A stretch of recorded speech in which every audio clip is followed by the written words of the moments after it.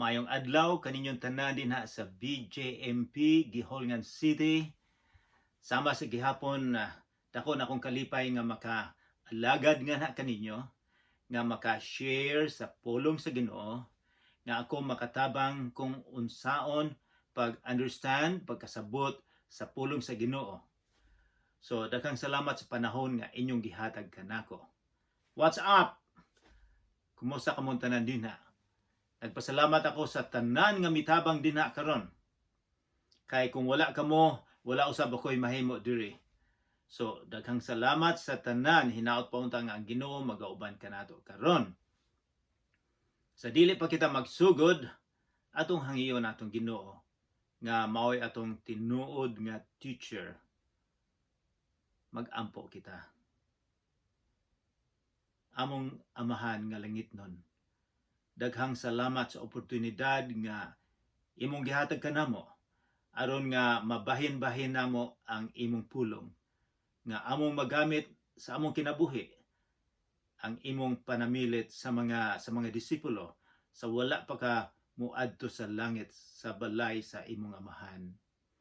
Ginoo, daghang salamat nga miingon ka nga kung sa kalisod sa kinabuhi ang Espiritu Santo imong ihatag kanamo nga may magauban kanamo. Daghang salamat usab nga miingon ka nga kinahanglan among higugmaon ang usa ug usa kay nahigugma ka man kanamo. Lord, hinaot po nga magauban ka kanamo karon. Sa ngalan ni Jesucristo nga among manuluwas. Amen. So sa dili pa kita magsugod, ako giubog gyapon ko gamay karon. So pasaylo ako dako nga niining video. Magubo-ubo ako. Aduna ko'y herbal nga tea. So I hope nga kini makatabang kanako. So dili ako magdugay sa akong pagtudlo karon sa atong pagbasa kay ubon ako gusto. Apan dili kini COVID o kinakumpleto na ang akong vaccination. So, sa atong giingon na, gikan sa Kapitulo 13 hantod sa 17, usa lang ni kagabi. Mao ni gabi nga panamilit ni Jesus sa iyang mga disipulo o sa imuha usab o sa akoa usab. Importanteng mahibaw-an nato kining panamilit niya. Kay siya mobiya na dinhi sa kalibutan ni adtong panahon nga nakikistorya siya sa mga disipulo. Ang ilang panihapon, ang pinaka last supper na humana. So milakaw na sila paingon didto sa garden sa Gethsemane. Samtang naglakaw sila, nagpanamilit si Jesus sa iyang mga disipulo. So, sa panamilit, atong i-review kung unsay iyang panamilit. Number 1, sa chapter 13, atong mahibaw-an nga gihugasan ni Jesus ang tiil sa mga disipulo. Bisag usa kanila walay naghugas sa tiil. Gusto sila ang magsikat. Dili sila gusto mayong servant. So gihatagan og example. Si Jesucristo ang naglinis, naglimpyo silang tiil.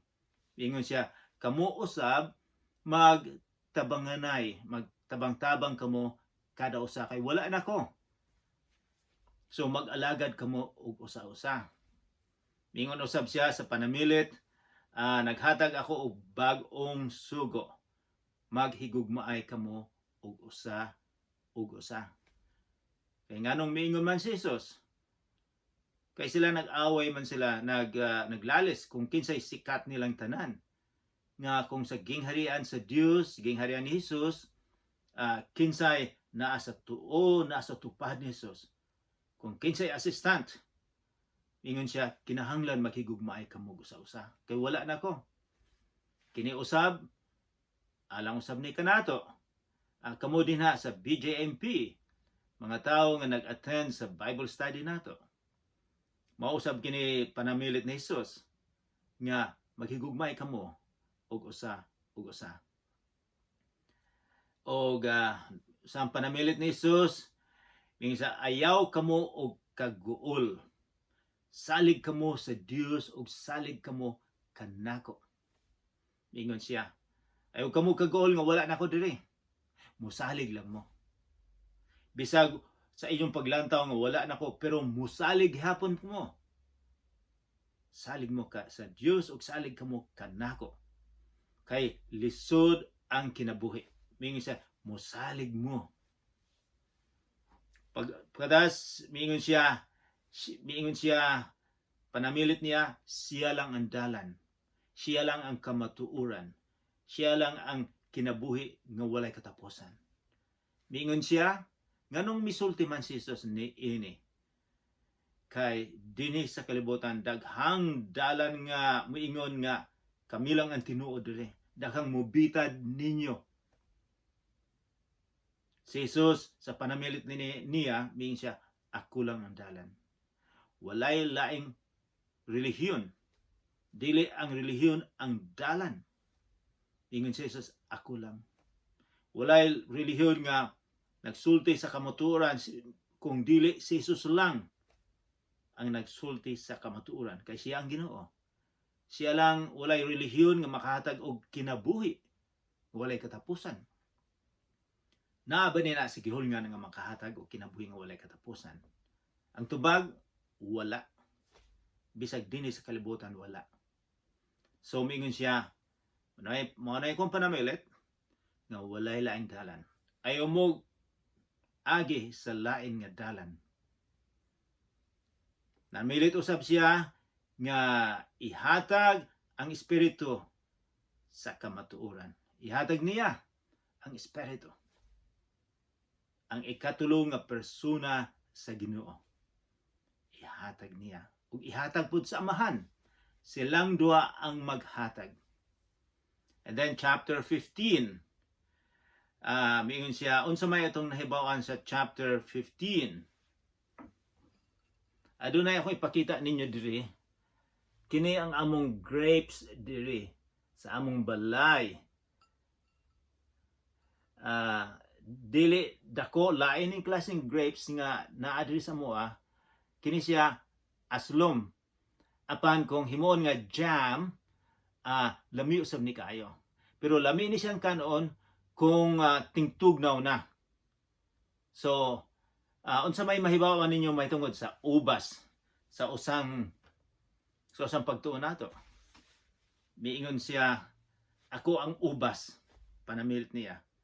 Kinahanglan kamo konektado sa ako ang mga branches nga dili mo konekta sa iyaha, walay mahimo sa kinabuhi. Miingon siya, I am the vine and you are the branches. You cannot do anything without me. So, ang buti pasabot, kapot lang mo kanako. Sa kalisod ninyo sa kinabuhi, kapot lang mo kanako. Pareha ni siya og kamo nakasakay sa sakayan. Pagkatapos, kusog kayo ang bagyo og nalunod ang sakayan. Miingon si Jesus, kapot gid mo sa kinabuhi. Kapot lang mo sa sakayan. Mao na iyang giingon niya sa ato sa kilisod, kapot lang mo kanako, konektado. Kay ngano man giingnan niya ang mga disipulo. Kay lisod ang inyong kinabuhi. Ako ila kong gilutos, kamo usab. So, ayaw mo katingala nga ang kinabuhi sa usa ka Kristohanon, happy lang. Fiesta lang. Dili miingon si Jesus, ang kinabuhing Kristohanon, lisod kaayo. Paghuman, miingon po siya, sa katapusan, magsaksi kamo, may tungod kanako. Magsulti kamo, may tungod sa saving grace sa atong Ginoong Jesucristo, nga siya lang ang manluluwas. Mao na ang giingon, mao na nga ang mga disipulo miadto sa ubang nasyon aron nga magsabwag sa maayong balita. Mausab na akong tuyo nga magsabwag sa maayong balita, dili magsabwag sa akong relihiyon. Sa akong relihiyon dili importante ang ngalan, importante ang atong Ginoong Kristo. Nga kamo usab kung mahibaw-an na ninyo, kamo usab magsabwag sa maayong balita. Maunay giingon sa atong Ginoong Kristo. Naya akong isultin ninyo. Ambot ko nasulti na ba na ako ni? Nganong okay, just a minute. Nganong mahal na ko ang mga tao din sa BJMP, Giholingan City. Pila na katuig ang milabay. Ambot kung naaba mo din ang tanan, dinhay linog sa Negros Oriental. Kung naamo, makahinumdum ka mo. Ni anang adlaw nga linog, dinha ako sa BJMP. Ang among plano sa ni Jerome ug mga kauban ako nga mga maniudto kami din sa Tiangge sa Gihongan paghuman sa Bible study. Apan mo nahuman na ang Bible study, moadto na unta mi sa Tiangge. Apan dakan pang mga pangutana paghuman sa Bible study. So ingin ako ang paniudto walay problema, maka-wait, makahulat ang paniudto lang. So akong gi-answeran ang mga pangutana. Wala ko kabalog kinsa tayo ng utana, pero daka mga interesado sa akong gitudlo. Pagkahuman na yung kung sige wala na question, wala na pangutana, mularga na mi. Naibala ba mo nga sa wala pa moabot mi sa taytayan, nagsugod ang linog. Kung nakatabok mi sa na late kami na save ang among kinabuhi tungod kay daghang mga pangutana ang mga among gitudluan dinha sa sulod. So kung nakauli unta mi paghuman ang Tiangge, dinay mga nahitabo sa Tiangge, posible nga mawalan ang among kinabuhi apan tungod kay na-delayed kami, tungod kay hinay-hinay kami dinha sa sulod sa preso, mo nang wala kami na disgrasya. So ako nagpasalamat og husto dinha kay kung wala kamo nga nangutana kanako, posible nga adunay madisgrasya. Apan plano ang tanan sa Ginoo. Mao na nga ako gusto gid kong motabang ninyo tungod kay kamo nakatabang usab sa akong kinabuhi.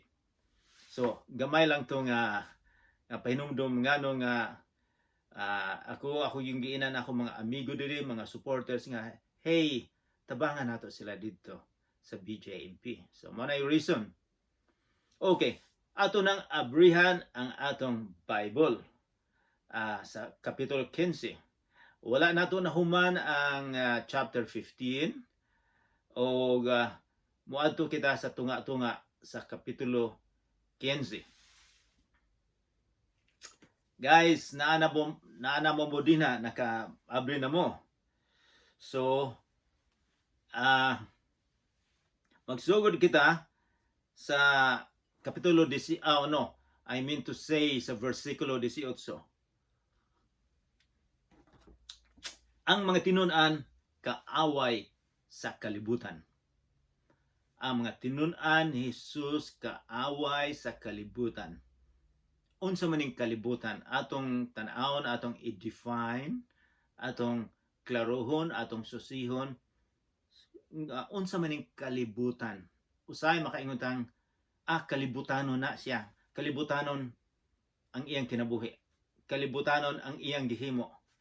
Kalibutanon usa sa mga matlantaw nato nga temporaryo lang.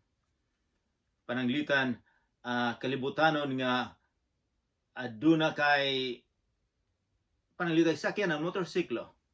Kana dili na mulong tadugdugay.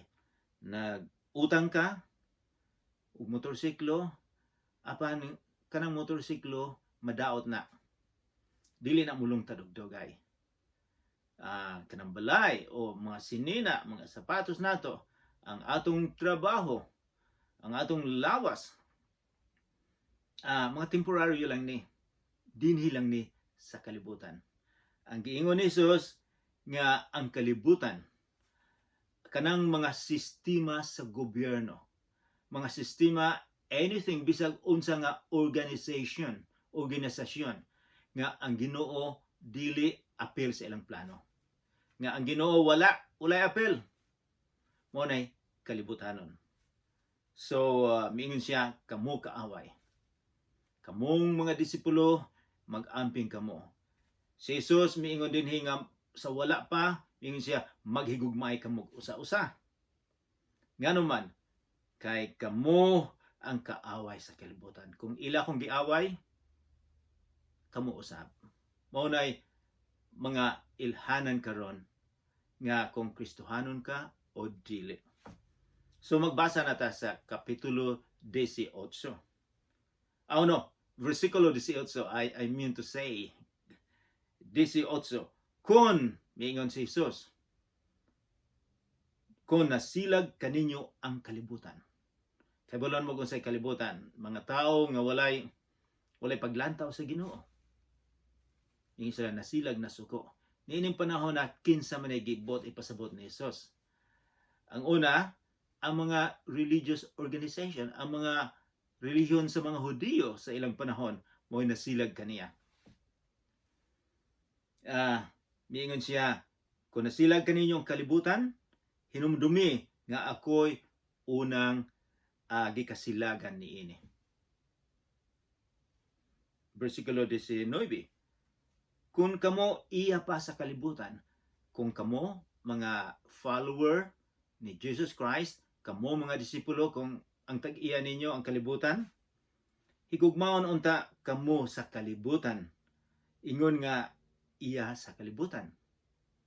Apan gipili ko kamo, kuhaon ko kamo ang inyong mga idea, kuhaon ko kamo.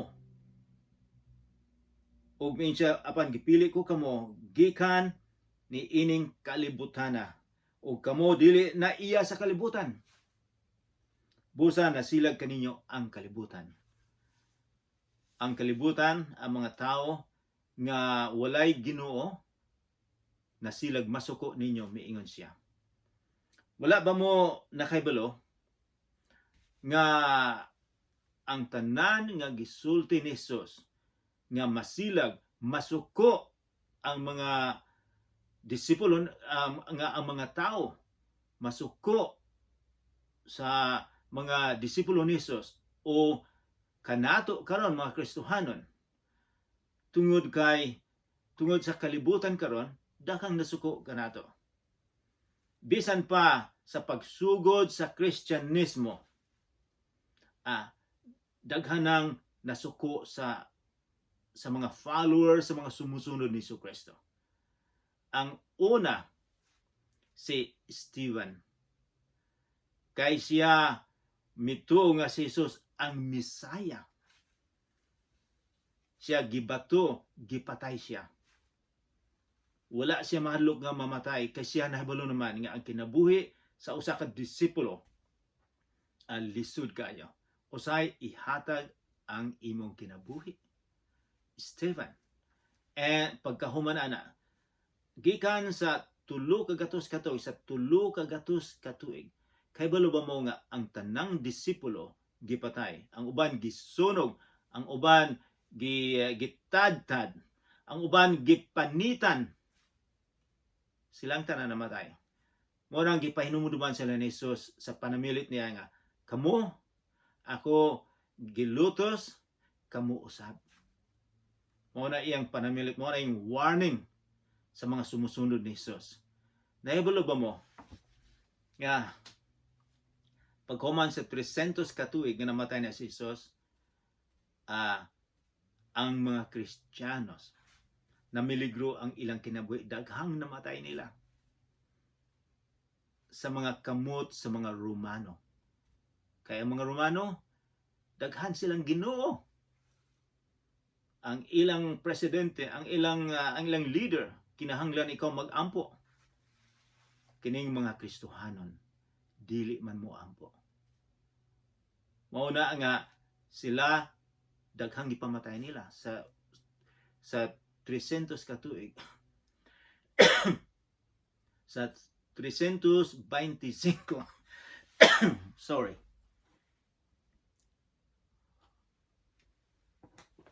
Sa 325, 315, pag human namatay si Jesus, ang leader sa Romano leader, si Constantine, nahimong Kristiyanos.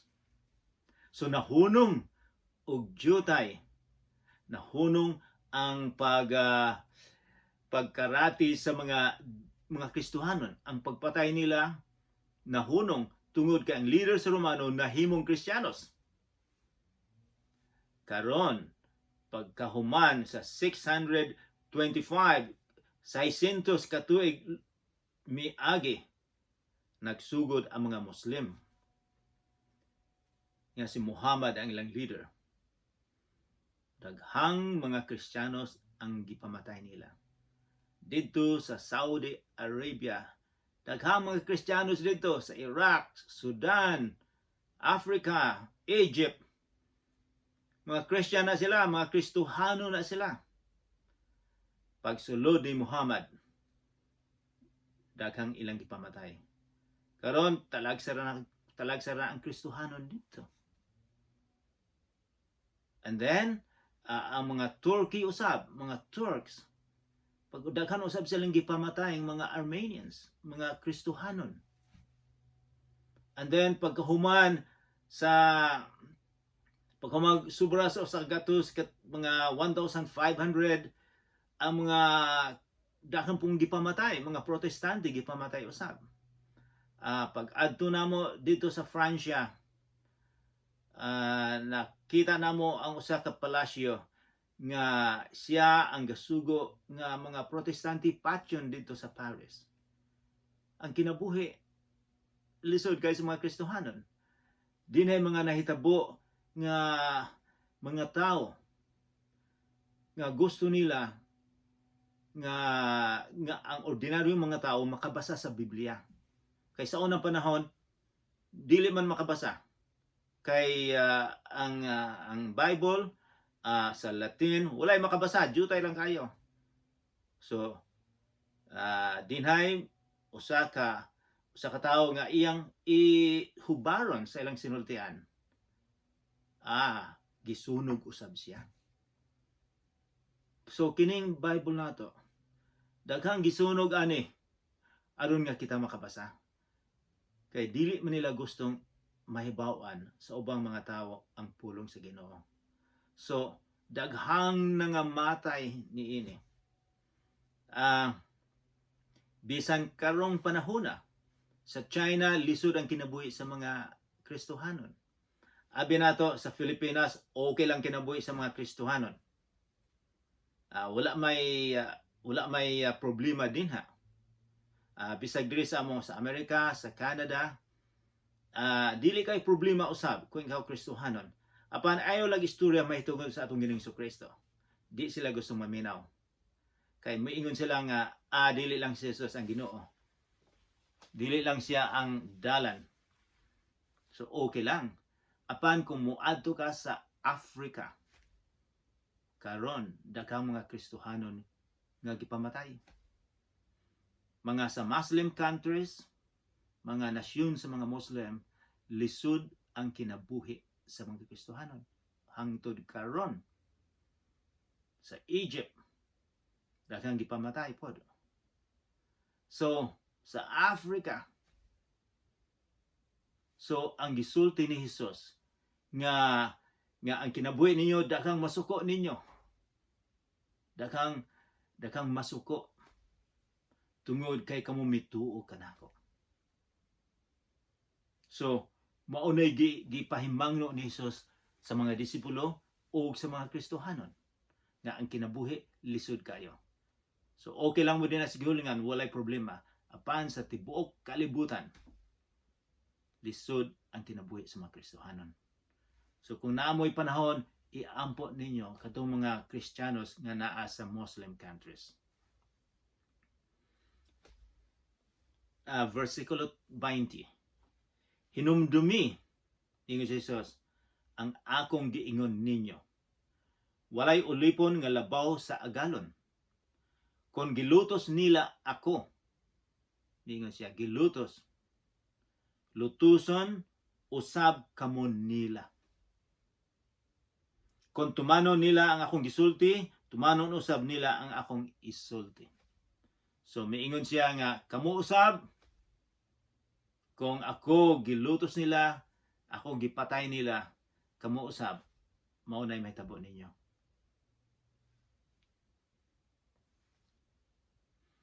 Sa versikulo 22, dili unta 21. Apan kining tanan buhaton nila kaninyo tungod kanako. Kay wala man sila makaila kaniya nga nagpadala kanako. So ang immediate context niini kung atong i-interpretar mao nga kining sila nga giingon mao ni mga Hudiyo, mga relihiyon sa Hudiyo at that time, niyan ang panahon na. Kamo sa maproblema kamo sa Hudiyo. 22. Dili unta sila makasala kung wala pa ako moanhi og musulti kanila. Apan karon dili na sila makaingon nga wala sila sala. So di na sila makaingon wala may kay balo. Kay giingnan man sila ni Jesus. 23. Ang nasilag kanako nasilag usab sa akong amahan. So kung unsay gihimo nila ni Jesus, mausay gihimo nila sa Ginoong Amahan. Dili unta sila makasala kung wala ko pabuhata ang mga milagro diha kanila nga sukad masukad wala pa gayoy nakahimo nga milagro. Iyang gibuti pasabot ang mga Hudiyo at that time. Apan karon nakakita sila sa akong nabuhat og nasilag sila kanako og sa akong amahan. Kung nasilag sila kanako, nasilag usab sila sa akong amahan. Kay usama lang sila.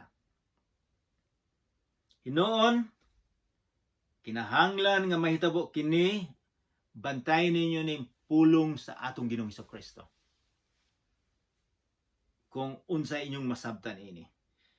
Hinoon, kinahanglan gyud nga mahitabo kini. Ngano man, ngano kinahanglan man gyud nga mahitabo kini. Nga siya gilutos, nga siya patyon. Aron matuman ang nasulat sa ilang balaod nga nag-ingon. Unsa man ning giingon nga, unsa man ning giingon ni Jesus, aron matuman ang ilang gisulti sa ilang balaod. Kini sa Old Testament. Nahasulat na ang tanan maitungod sa mahitabo. Miingon siya unsa may makita din sa Old Testament kini gikan ni sa Salmo. Nga miingon si Jesus.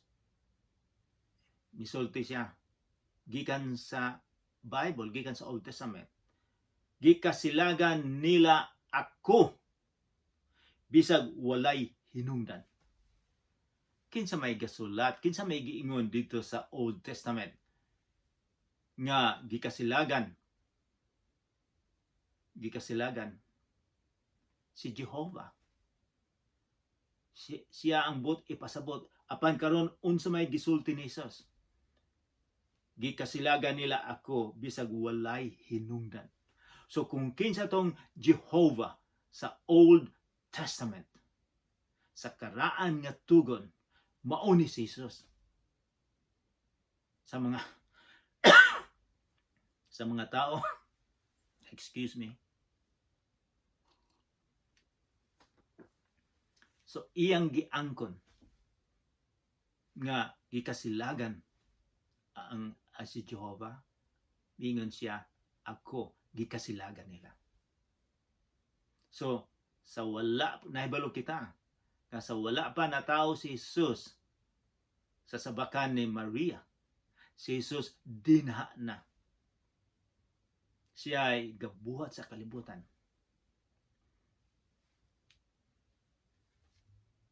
sa versikulo 27. So ang versikulo 26, kung adunay mga tao nga moingon si Jesus tao lang na, ingna basahon nimo ang kapitulo 15, basahon nimo ang versikulo 26 ug tun-an ninyo gusto. Sa usang semana dinhay miari diri sa balay. Mga Tagalog, mga kuan yani.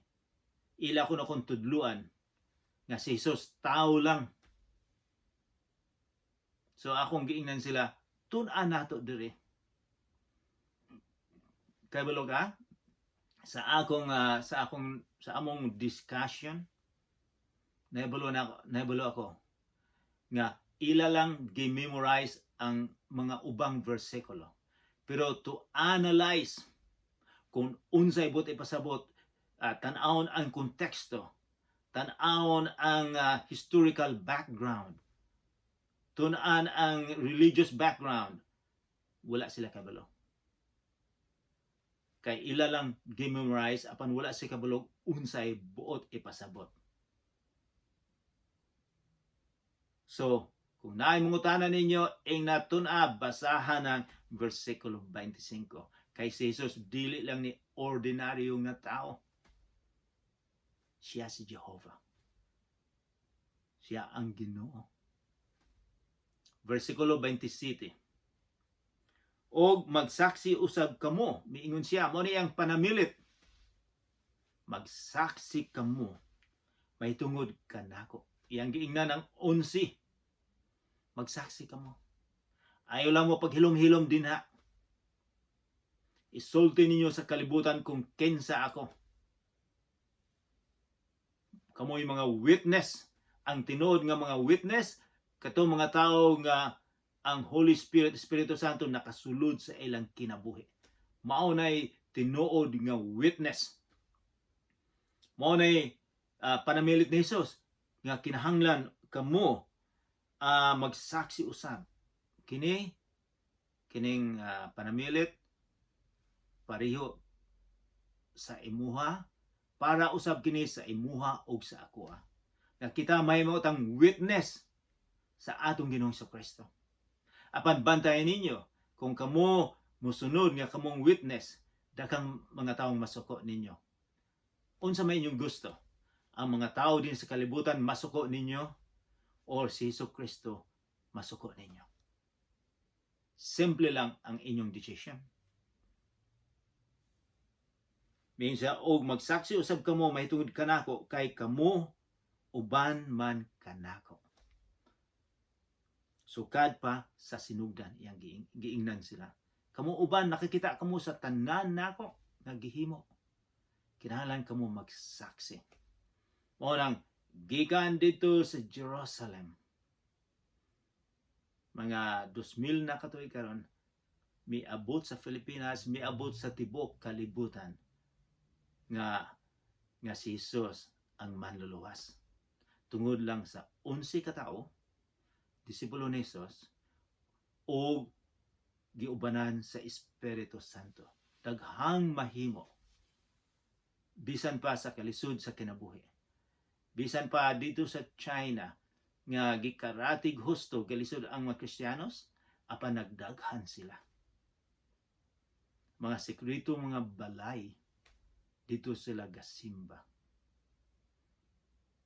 So, atong may bawaan nga sa kalisod sa kinabuhi, magdaghan ang Kristyanismo.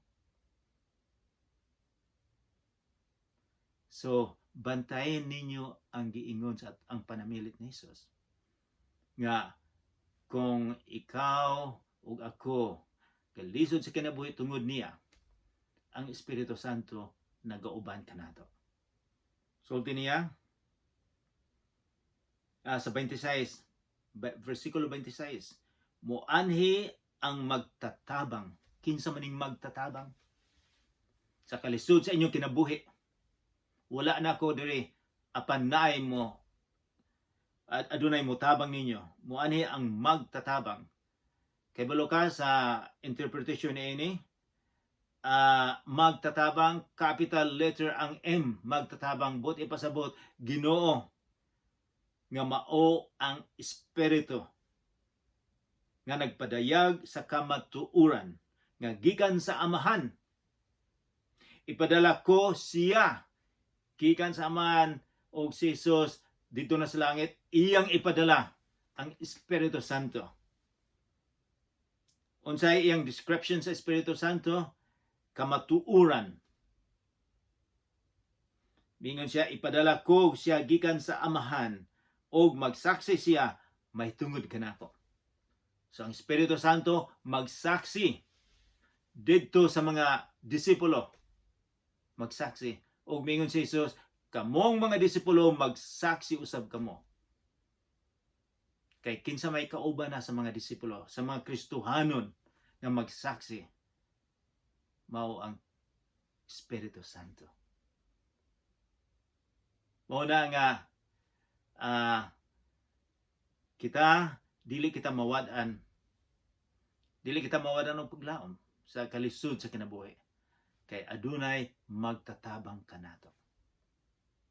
Kung inyong pasudlon, imbitahon ang Ginoo sa imong kasing-kasing, ug ikaw maghinulsol sa imong mga sala, ang Espiritu Santo mosulod kanimo.